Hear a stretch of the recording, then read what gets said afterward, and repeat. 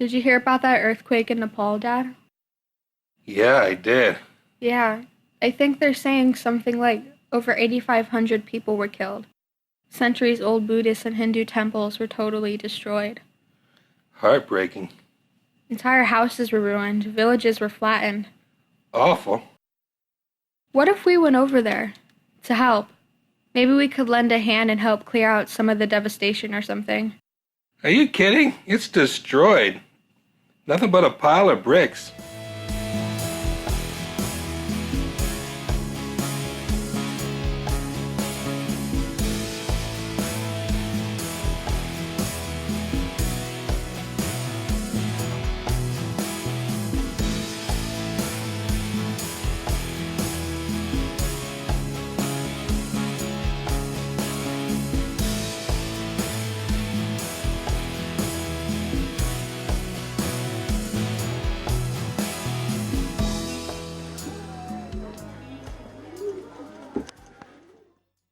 About the history of this place, the community here are very old. This Harsiddhi is very rich for its culture, who are affected by the earthquake.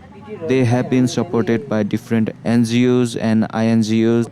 We are trying to prepare a vision of this place. For now, some brothers who are studying engineer, their brothers are helping us. About the people over here, they are based on agriculture, but now the new generation are getting their education and getting jobs. But we are all one tribes, that is Mahajan.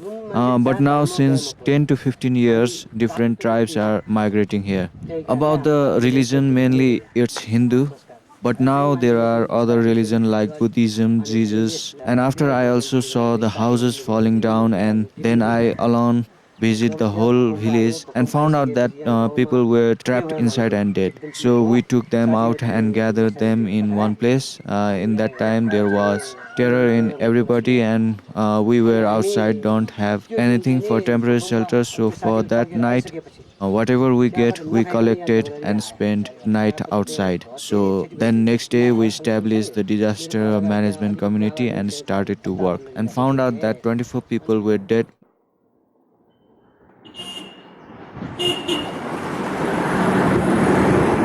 Do you see the bamboo tent over there? Yeah, I think they are living over there right now. yeah. Well, each of these corrugated structures has a family in it, probably, right? Think that it would take 1 or 2 months for rebuilding. Just I have mentioned, we don't want to have any problem because of the roads and the doors. Before we only heard about the earthquake from our elders, but now we did experienced. So we don't want to ignore this and want to be prepared for the future. That's why even it may take a time, we want to be secured. This is a huge planning and it's very hard to implement, so may take maximum 5 years. Also people may be in the same place or may build a good temporary shelters that we will be visiting, which is provided by some organization. I don't remember the name. It's all about the budget, so this may be like 2 years. We have God Harisiddhi and goddess Trisiddhi Mai, which is brought from Fulsaki and established here. So because of God Harsiddhi, this place is known over Nepal, and we have a big festival here in every 12 years. So tell us about the living goddess, right? As I remember it, they find a young girl who's like fierce looking. Yeah, right? fierce looking, and she has to come from a certain family chain, and then she has to, she can't have any cuts or bruises on her since, from childhood, and that's how they select, and then they do, rituals and stuff like that, and they make her the goddess. Come on. Go ahead. No, keep going. Bye.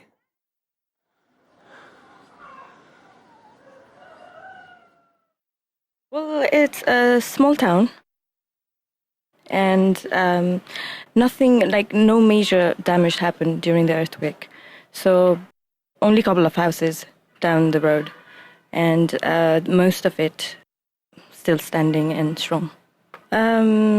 We're in this area called Dhobighat. So I think previously it used to be this laundry town where people used to come and do their laundries.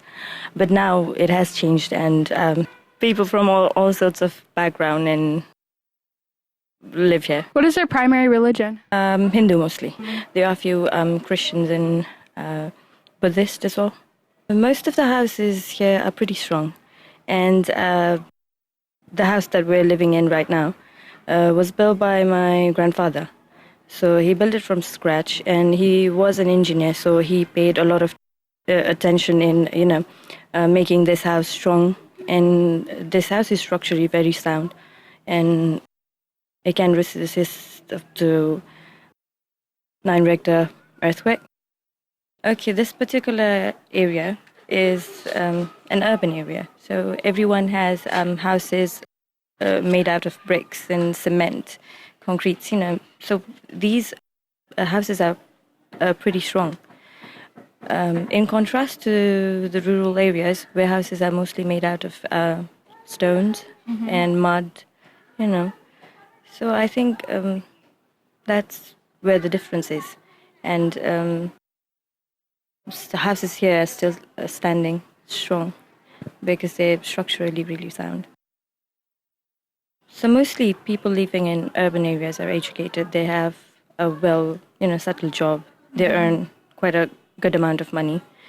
So that is how it's possible to make strong houses. What did you do? I was in the kitchen, and then I think I was just walking by. So that's when the shaking happened. So I just ran for cover, just under those pillars there.